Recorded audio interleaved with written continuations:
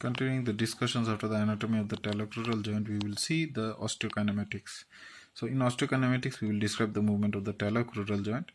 Okay, talocrural joint, or otherwise is also known as the ankle joint proper. Okay, that is the joint between the tibiofibular mortise and the talus. Now we know that the movement of the talocrural joint are plantar flexion and dorsiflexion, which occurs in the coronal axis, sagittal plane. Okay, so this is a very correct understanding we have till now about the movement of the ankle. Okay, but yesterday we have also seen a little bit about, okay, that the movement of the foot are not ankle and the foot are not like the other joints. The joint is a combination of all the the axis is the combination of all the axes. Okay, today we will see what is the type of axis that we have for the talocrural joint. Okay, so axis of the talocrural joint, okay, is not a coronal axis. Coronal axis is this. Okay, this black line, okay, is a coronal axis, but the main this is the coronal axis about which dorsiflexion and plantar flexion of the ankle joint can occur, but it cannot occur because the axis is supposed to join the tip of the medial and the lateral malleoli. So this line certainly doesn't do that. Okay, this black line is nowhere near both the malleoli. So this is a hypothetical misnomer that we had till now. Ideally, okay, if you see the red line, you will see that it joins the tip of the medial malleoli and the lateral malleoli. Okay, this, okay, is the line that joins the tip of the medial malleoli and the lateral. Why it is inclined like this? Why it is not straight like coronal plane, coronal axis? Because the reason is that the fibular malleoli or the lateral malleoli is much more, okay, taller inferiorly or lengthier inferiorly compared to the medial malleolus, as a result of which the axis of, okay, the talocrural joint, okay, which touches both the malleoli, cannot be a coronal axis, but it has to be a axis which is tilted 14 degrees inferiorly compared to the coronal axis, or it is tilted 14 degrees inferiorly at the lateral end. Okay, because fibula is at the lateral side, okay, from the coronal axis. Okay, this is one deviation. The next deviation is, you must understand one important concept here, that the tibia and the fibula, we think that they are just, they are side to side. Actually it is not like this. Okay, this is the fibula, this is the tibia. Okay, we usually believe that when we see from the sagittal plane, they are exactly side by side. Actually it is not like that. Okay, okay, during the development, the tibia, okay, that is, consider this is the finger is tibia, the tibia goes for a lateral rotation. Okay, during the development, what the process is also known as lateral torsion of the tibia. So if this is the lateral rotation, okay, we will see, because of this lateral rotation of the tibia, the adjacent bone, that is the fibula, is not by the side of the tibia, but it is slightly posteriorly. Okay, now at this situation, when we join the center of the medial malleoli and the lateral malleoli, because of the lateral torsion, okay, the line joining again is not a coronal axis, but this is somewhat posteriorly. Okay, so this line becomes posteriorly. Okay, so that it is not exactly in the coronal plane. Okay, it is deviated inferiorly, it is also deviated posteriorly. Okay, so which movement occurs in the coronal axis? Okay, we know that plantar flexion, dorsiflexion occurs in the coronal axis, but here the axis is tilted 14 degrees away from the coronal axis and inferiorly, that means it is tilted vertically inferiorly. Okay, so it is somewhat in the vertical axis also.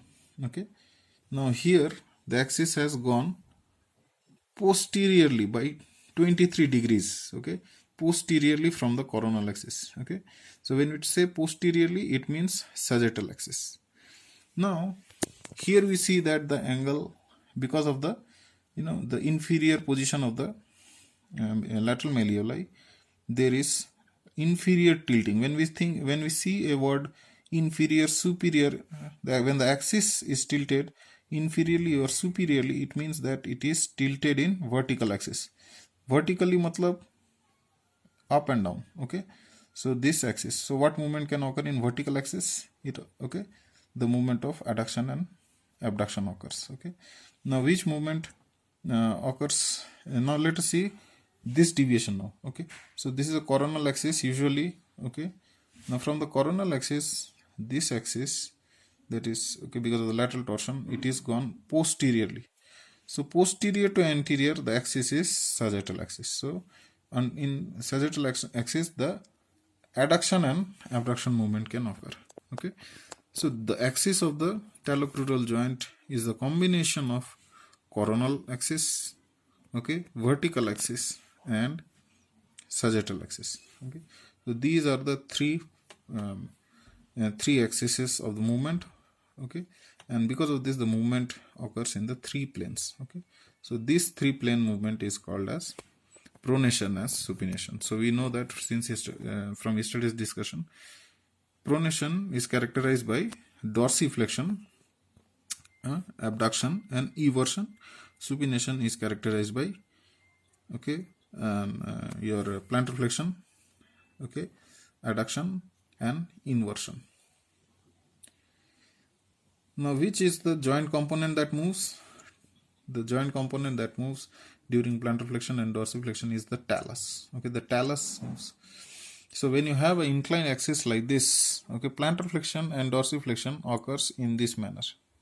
Okay, so this is an automatic movement. So when you do a plantar flexion, that is supination will occur, and talar adduction and talar inversion will occur along with it automatically. You don't have to do anything.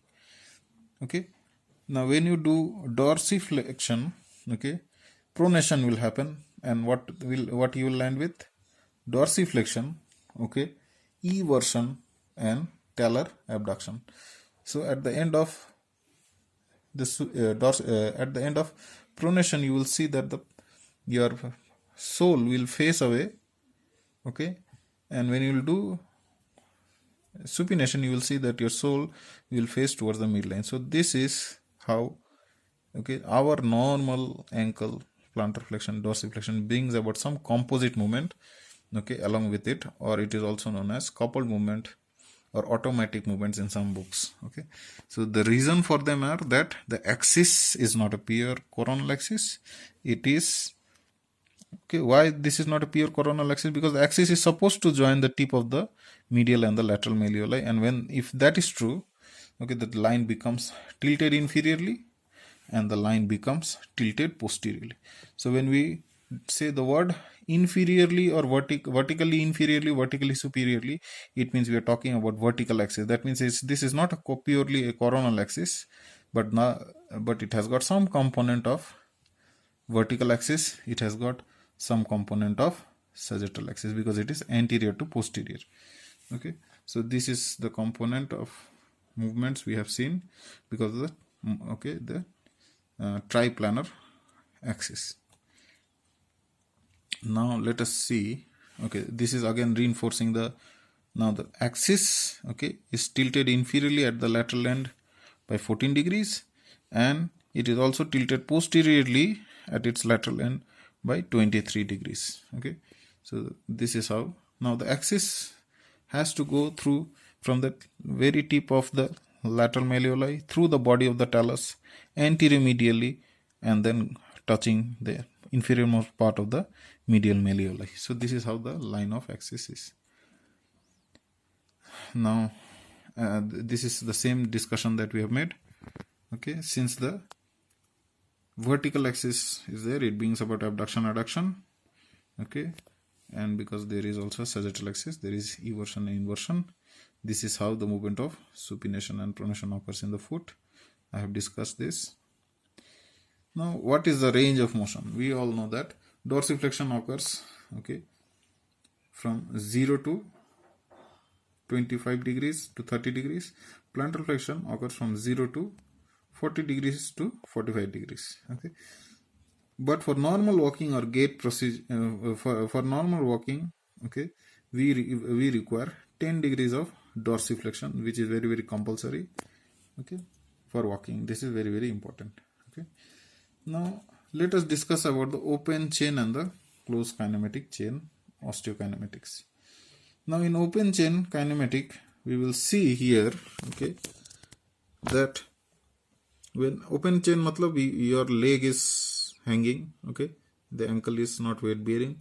So when we do dorsiflexion, okay, when we do dorsiflexion, the talus, this is the talus, okay, this move upwards, like, okay, towards the leg or the towards the tibia and the fibula. Okay, the head of the talus goes up. Okay, and while plantar flexion, here you see the talus moves inferiorly towards the floor. Okay, so this is the open chain movement. Okay, so what I'm trying to say is that at the end of the dorsiflexion, the angle between the tibia and the fibula and the talus is reduced, and at the end of plantar flexion, the angle between the tibia, fibula and the talus is increased. Okay, because the foot is going down in the plantar direction. Now suppose you were bearing weight, okay, when the weight bearing occurs, okay, that time the talus is fixed because the entire part comes under the weight and your talus cannot move. So at that period of time, imagine when you squat, what happens, okay, that the tibia fibula, okay, comes close to the talus, okay, reducing the angle. So this causes a dorsiflexion movement. Okay, that means the distal bone, which is supposed to move, cannot move because it is under the influence of your body weight. It is supported on the ground. You are standing. Okay, the talus cannot move. So only thing that can move is the tibia and the fibula. So the tibia fibula goes much more anteriorly. If you want to understand, you have to squat and see. Okay, and the angle created between this feet, that is the talus and the tibia and the fibula, decreases, and a relative movement of dorsiflexion occurs. Okay, this occurs in the closed kinematic chain. And closed kinematic chain matlab when it is bearing, when you are standing or bearing weight. Okay, and then while plantar flexion, what happens is that, okay, plantar flexion, that means at the end of the squatting, when your tibia has fully come anteriorly, okay, now when you want to go back into standing position from squatting position, the tibia rides posteriorly, okay, and then there is increase in the angle anteriorly. Okay, so this basically causes, okay, a relative plantar